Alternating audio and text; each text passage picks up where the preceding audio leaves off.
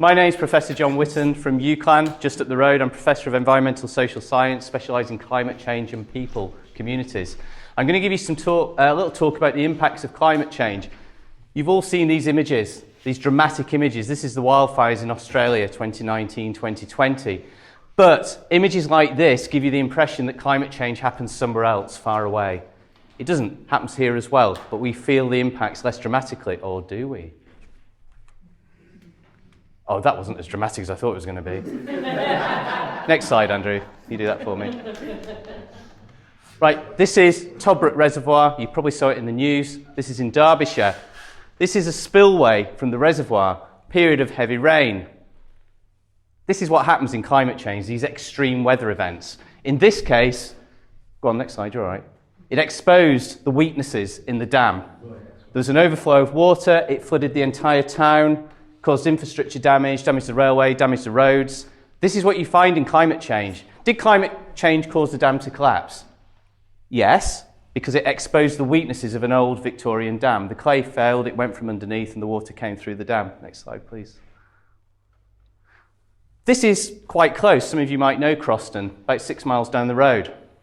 2015, Boxing Day, Preston flooded.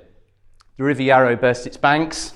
Just a puddle clay embankment, a very small embankment. It flooded about 400 homes in Preston. If any of you are from Preston, you understand very, very well. Next slide. What happened? Well, the Environment Agency built this dam. This was a £7 million project, still a clay core dam, still an earth dam. What happens now is that when the rain starts to fall, the Environment Agency closes a little gate on the river's under here, the Yarrow. It reduces the flow. The water's allowed to build up, flooding farmers' fields, and then the water is released slowly over time. There's been a lot of debate about when to do that. What should be flooded, what shouldn't be flooded. If you were a farmer, would you be happy? This is the issue of climate change. It's good for some, but then it draws out the vulnerabilities of others. This is the same river on a normal summer's day. This is the Yarrow that runs through Preston, 400 houses. This is the river when it floods. This is actually a controlled flood, but you see how high it's going. You see how low the gardens are just behind this wall.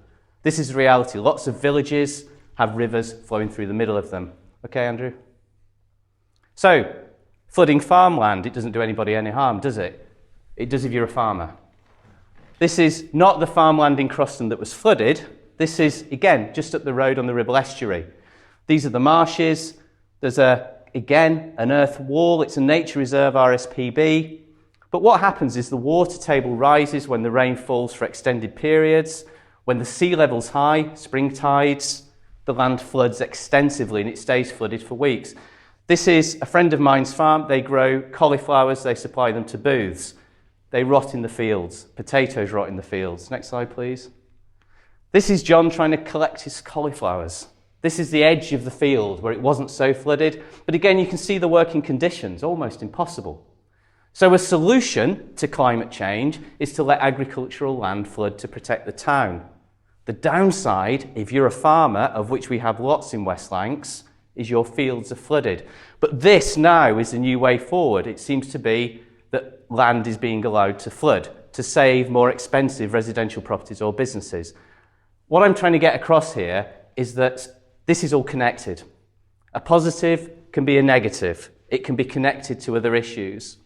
Flooding can be connected to businesses. Businesses are connected to people's jobs. People's jobs are connected to where they live and their homes. All this is connected in climate change. Next slide, please.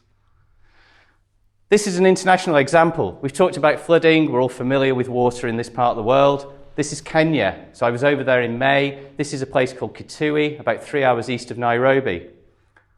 The wet season hasn't come for 2 years. They've just had rain now, very, very heavy rain, which is quite damaging. But this is a river.